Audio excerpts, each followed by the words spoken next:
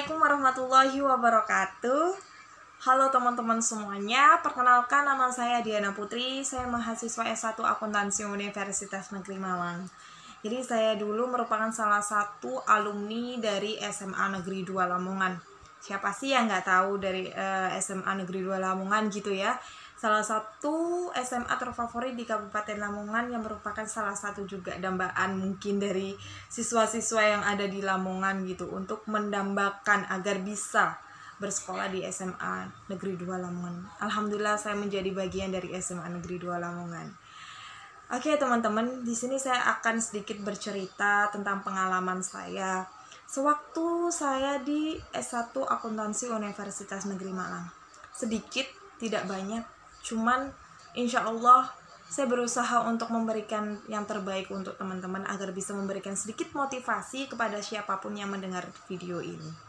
Nah, mengapa sih saya mengambil jurusan akuntansi? Yang pertama karena passion saya. Saya menyukai hal-hal yang eksak, saya menyukai hal-hal yang berbau hitung-hitungan, matematika, fisika, seperti itu. Yang kedua, saya suka di bidang ekonomi. Lalu saya berpikir bagaimana cara saya untuk memixkan antara dua bidang tadi. Selain itu, saya juga melihat pangsa pasar yang sangat luar biasa gitu kan. Akuntansi itu semua perusahaan, semua lembaga hampir membutuhkan akuntan, hampir membutuhkan seorang akuntan. Sehingga this is one reason why the accounting is very very important in Indonesia, in the world, in a company.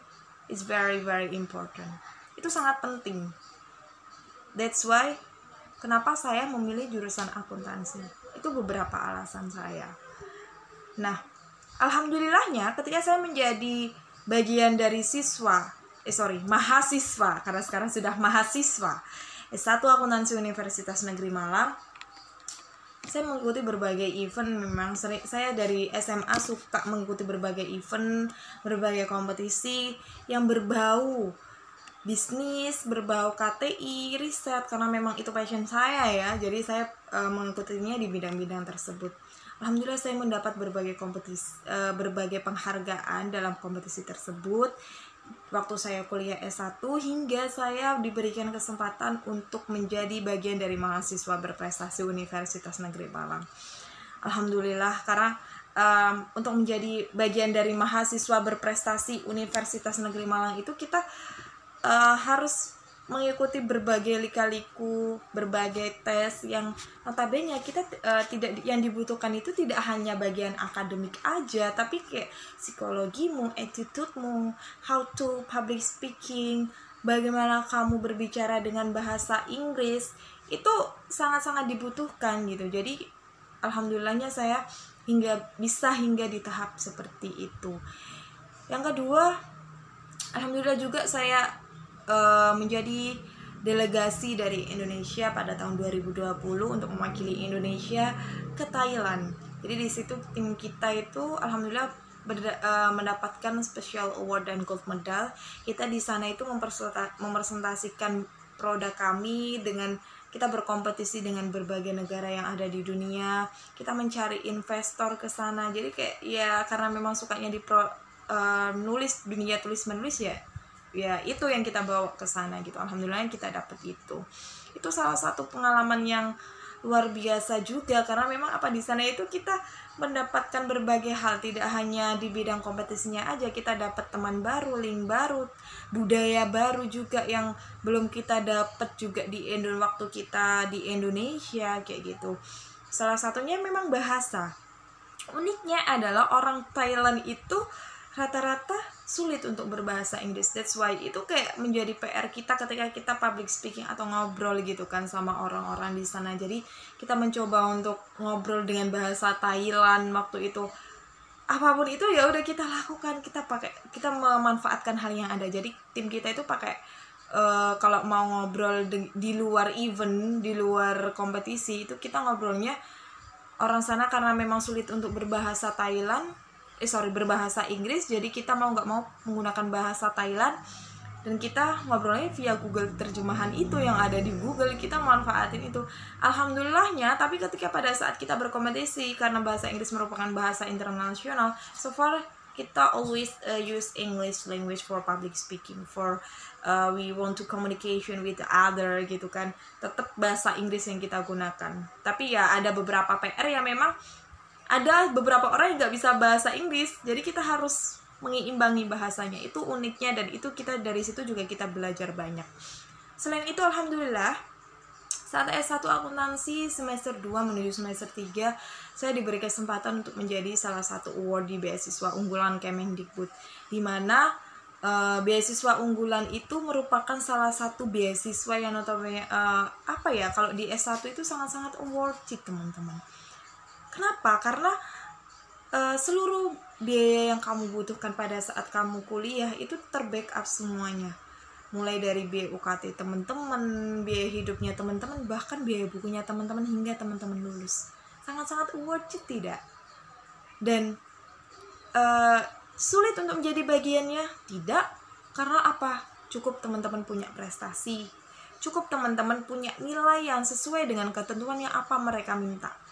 Itu.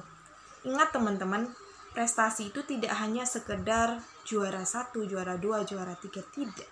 Teman-teman menjadi bagian dari organisasi, teman-teman menjadi panitia di suatu acara, di suatu kompetisi atau seminar dan lain sebagainya, itu merupakan salah satu prestasi yang sangat luar biasa. Kenapa? Karena tidak semua orang bisa melakukan itu. Tidak semua orang bisa melakukan itu, tidak semua orang. Dan kamu bisa melakukan itu. Itu merupakan salah satu prestasi yang ada dalam diri kamu. Jadi teman-teman gak perlu ragu untuk mencoba ketika teman-teman punya prestasi seperti itu. Karena itu juga merupakan sebuah prestasi gitu. Nah, cukup memiliki dua itu, bekal dua itu, teman-teman sudah bisa mendaftar di beasiswa unggulan. Tapi ingat, beasiswa unggulan itu diperuntukkan untuk mahasiswa baru. Jadi teman-teman yang sekarang masih SMA, masih kelas 3 itu memang targetnya adalah untuk mahasiswa-mahasiswa baru untuk S1, S2, dan S3. Kalau udah semester 3, semester 2 ke atas itu sudah nggak bisa daftar memang, karena memang sasarannya adalah untuk mahasiswa-mahasiswa baru. Jadi ini sangat-sangat recommended dan sangat-sangat worth it, apalagi untuk mahasiswa S1. It's very recommended for you. Then, tipsnya apa sih untuk mendaftar di beasiswa unggulan? Yang pertama, beasiswa unggulan itu tidak menuntut kamu harus kontrak untuk kamu harus bersosialisasi, kamu harus mengikuti program-programnya ini itu. No. Beasiswa unggulan itu sangat simpel. Ibaratnya kamu memenuhi persyaratan dan memenuhi kewajiban kamu sesuai dengan SOP, kamu bisa layak menjadi awardee beasiswa unggulan. So far tipsnya adalah try. Coba. Kalau kamu nggak pernah coba, kamu nggak bakal tahu hasilnya seperti apa. Yang kedua, kasih apa yang lebih, maksudnya kayak ibaratnya beasiswa unggulan nggak minta TOEFL kamu, tapi kamu punya, jadi kasihkan yang lebih yang bisa kamu kasihkan ke mereka. Ibaratnya kalau orang mau ngasih yang lebih dan worth it, why not gitu kan, itu menjadi nilai plus tersendiri bagi kamu. Itu sih, jadi tipsnya 2, coba dan kasih apa yang lebih dari apa yang dia minta, kayak gitu sih. Ibaratnya contoh sederhananya adalah di S1 itu TOEFL itu tidak wajib. Tapi kalau misalnya kamu punya TOEFL, kasihkan aja. Itu nilai plus tersendiri bagi kamu. Kayak gitu. Nah, lalu bagaimana jika TOEFL saya itu dibawa dengan standar? Nggak apa-apa.